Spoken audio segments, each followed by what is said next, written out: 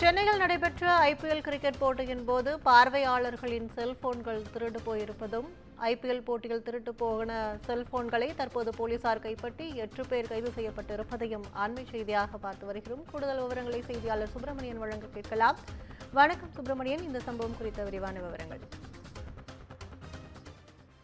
சென்னையில் கடந்த வெள்ளிக்கிழமை சென்னை சூப்பர் கிங்ஸ் மற்றும் பெங்களூர் ராயல் சேலஞ்சர்ஸ் இடையேயான ஐபிஎல் கிரிக்கெட் போட்டி நடந்தது. இந்த போட்டியை காண ஏராளமான ரசிகர்கள் சேப்பாக்கம் மைதானத்தில் கூடினர். இந்த கூட்ட நெரிசலை பயன்படுத்தி ஒரு கும்பல் 36 செல்போன்கள் மற்றும் ஒரு ஐபேட் ஒன்றை திருடிச் சென்றனர். இது தொடர்பாக திருவல்லிக்கேணி காவல் நிலையத்தில் புகார் அளிக்கப்பட்டது. அந்த புகாரின் அடிப்படையில் இந்த கும்பல் குறித்து விசாரணை என்பது மேற்கொள்ளப்பட்டு வந்தது. அதே போல திருடப்பட்ட செல்போனுடைய டவர் லொகேஷனை வைத்து எந்த பகுதிக்கு அவர்கள் தப்பிச் சென்றிருக்கிறார்கள் என்ற கோணத்தை விசாரணை நடத்திய போதுதான் அவர்கள் வேலூர் மாவட்டத்திற்கு தப்பிச் சென்றது தெரிய வந்தது. வேலூரில் இருக்கக்கூடிய பேருந்து நிலையம் அருகே ஒரு லாட்ஜில் அறையெடுத்து தங்கியிருந்தது தெரிய வந்தது. உடனடியாக தனிப்படை போலீசார் அங்கு விரைந்து சென்று 8 பேரை மொத்தம் கைது செய்திருக்கிறார்கள். அதில் 4 பேர் சிறுவர்கள்.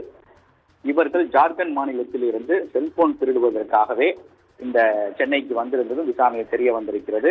குறிப்பாக கூட்ட நெரிசலை பயன்படுத்தி திருடுவதில் இவர்கள் கை தேர்ந்தவராக இருந்திருப்பது விசாரணை தெரிய வந்திருக்கிறது.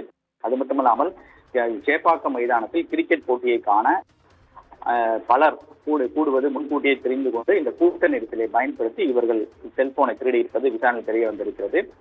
கைதானவர்களிடமிருந்து செல்போன்கள் பறிமுதல் செய்யப்பட்டிருக்கிறது. அது மட்டுமல்லாமல் ஜார்க்கண்டிற்கு தப்பி செல்வதற்கு முயன்ற போதுதான் இவர்கள் போலீசிடம் சிக்கியிருப்பதும் தெரிய வந்திருக்கிறது. அது மட்டுமல்லாமல் இவர்களுடைய கூட்டாளிகள் யாரும் இன்னும் தலைமறைவாக இருக்கிறார்களா என்ற கோணங்களில் விசாரணை என்பது மேற்கொள்ளப்பட்டு வருகிறது.